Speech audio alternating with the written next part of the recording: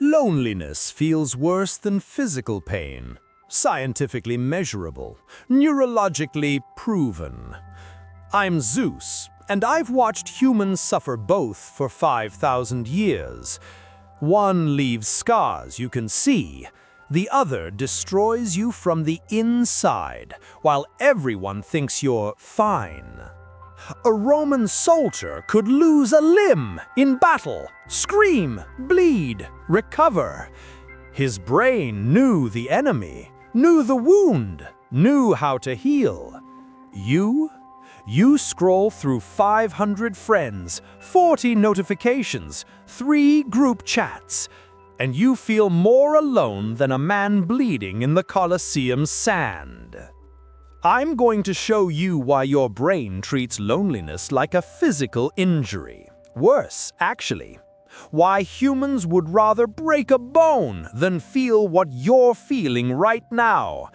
And why this isn't weakness, it's biology weaponized against you. This will hurt, but you clicked because you wanted the truth. Marcus Aurelius, Roman Emperor, 180 AD, most powerful man on earth, surrounded by senators, generals, advisors, hundreds of people every single day. He wrote in his private journals, "I have no one to talk to." Not about politics, not about war, about what he actually felt. You, same. Surrounded by humans, zero connection. You go to parties, smile, laugh, post the photos. Then you go home, sit in silence, and feel that weight in your chest you can't name. That's not sadness, that's your brain sending the same pain signals as a broken rib. Comment your city. I want to see how global this epidemic is, because what I'm about to show you, it's happening everywhere right now. This is happening to you right now. You wake up, check your phone before your eyes fully open, scroll, consume, nothing sticks. You text people, they text back, but you're not talking to them, you're talking at screens. You go to work, colleagues around you, small talk, meetings, collaboration. But you drive home and realize not one person today actually saw you. Not the performance, not the mask, you. That hollow feeling in your chest, that's not emptiness. That's your brain screaming, "We're isolated. We're in danger. We're going to die alone." I've watched civilizations rise and fall. Humans evolve, adapt, survive impossible odds. And through all of it, one pattern remained constant. Humans are tribal animals. You're not designed to be alone. Your ancestors lived in groups of 50 to 150. Every face familiar, every relationship deep. Loneliness back then meant death. Exile from the tribe was a death sentence. No protection, no resources, no survival. So, your brain evolved an alarm system. Pain. Intense, unavoidable biological pain. To force you back to the tribe before you died alone. But here's what you don't know. That alarm system, still running, full blast, 24/7, in a world where you're never physically alone, but psychologically isolated every single day. Your brain doesn't differentiate between physical pain and social pain. Scientists put people in brain scanners, made them play a simple computer game, toss a virtual ball with 2 other players. Except the other players were fake, controlled by researchers. Halfway through, the fake players stopped throwing the ball, just excluded them. It's just a game, just pixels on a screen. But the brain scans showed something horrifying. The same regions that light up when you break your arm lit up. Same intensity, same neural pathways screaming injury. Your brain cannot tell the difference between "they stopped inviting me to lunch" and "they broke my leg." Both register as physical trauma. You know what else they discovered? Tylenol reduces the pain. Give someone social rejection plus acetaminophen, their brain shows less activity in pain centers. You can medicate heartbreak, because heartbreak is break. But here's where it gets worse.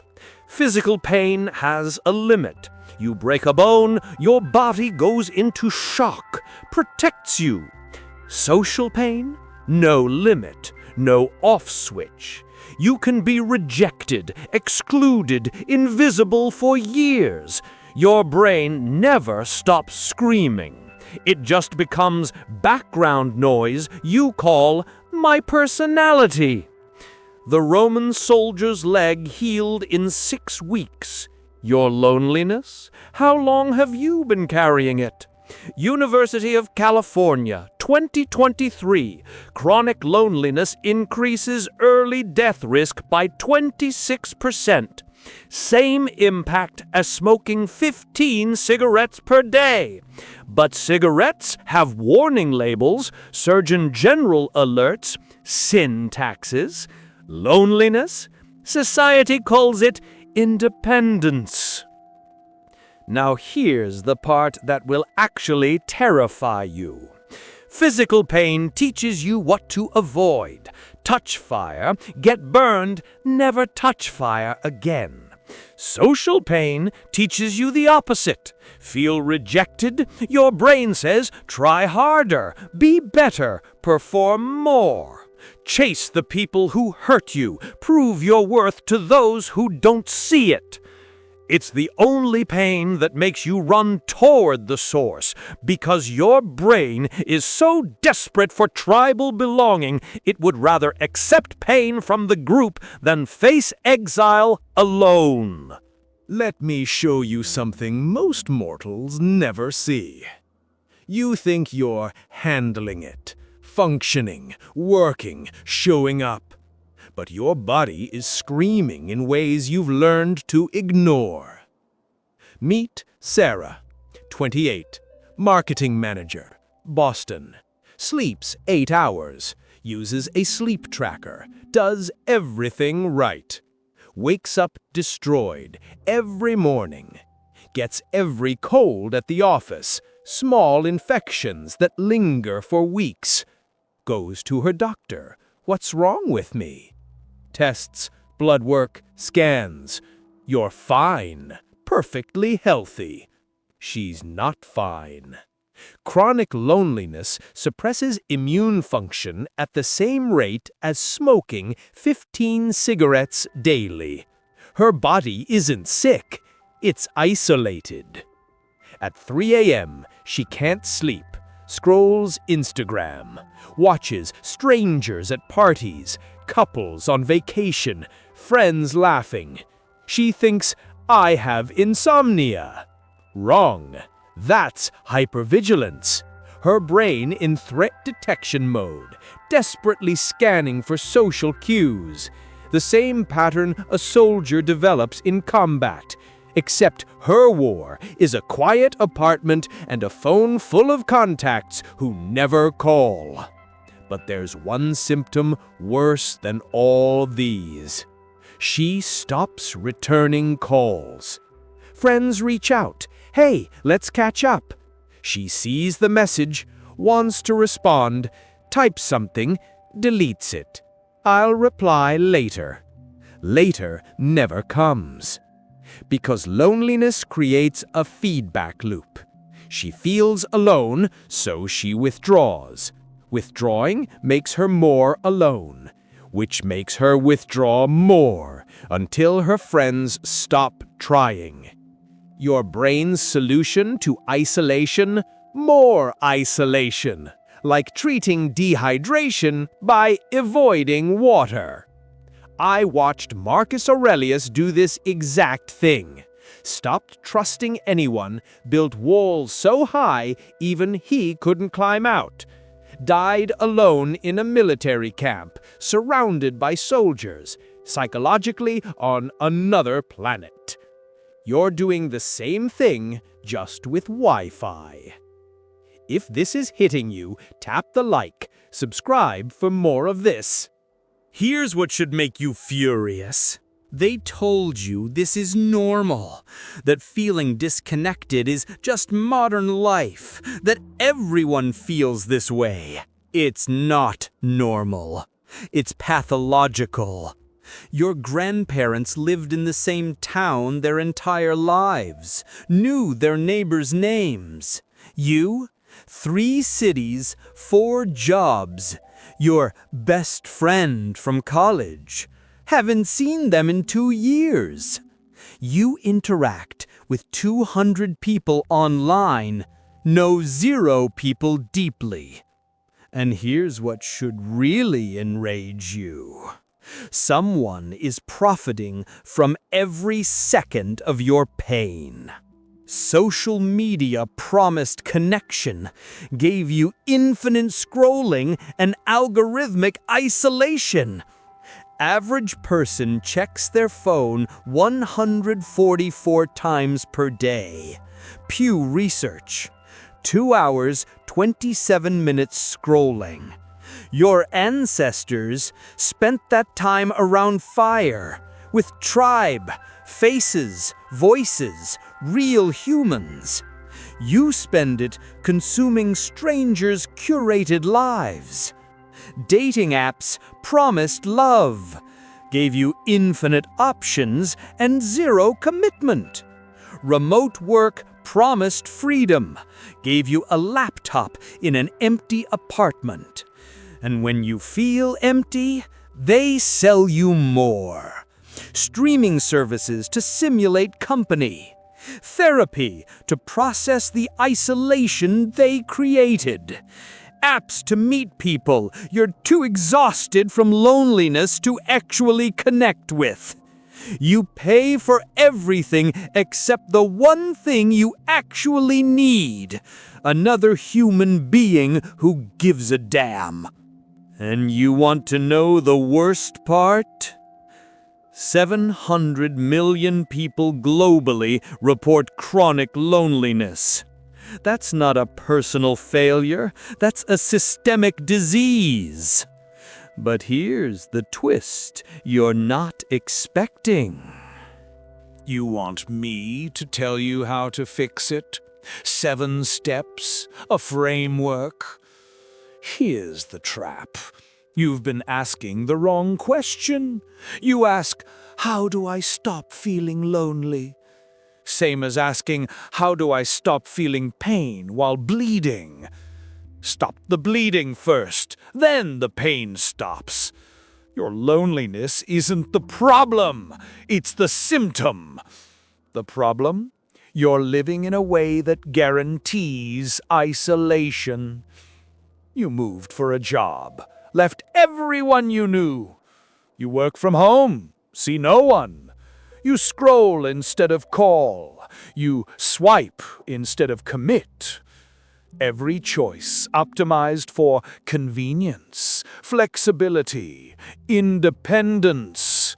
All words that mean the same thing: alone.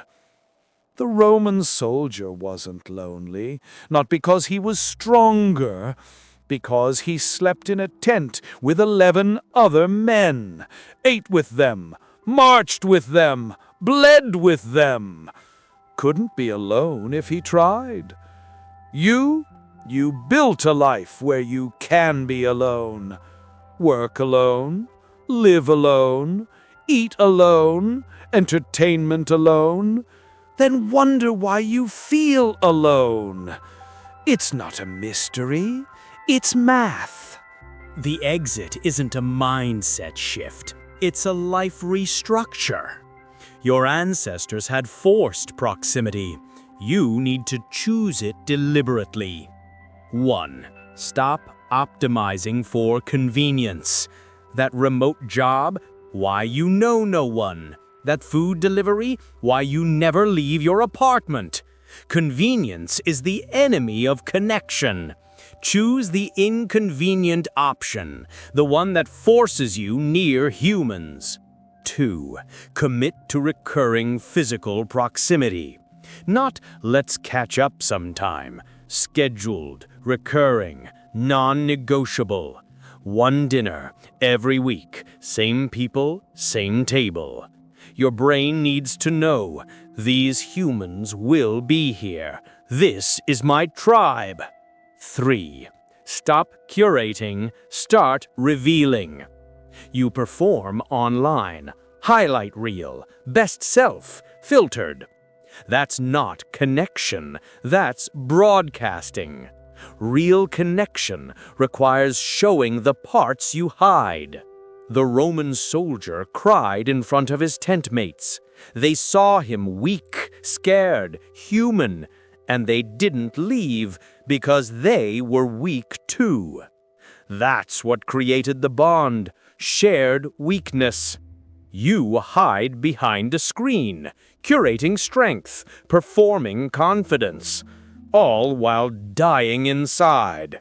Loneliness doesn't end when you're around people. It ends when people see you, unfiltered, unedited, unfixed. And that's more terrifying than staying lonely. Because if they see the real you and leave, that's not loneliness, that's confirmation. So you stay hidden, stay lonely, stay safe.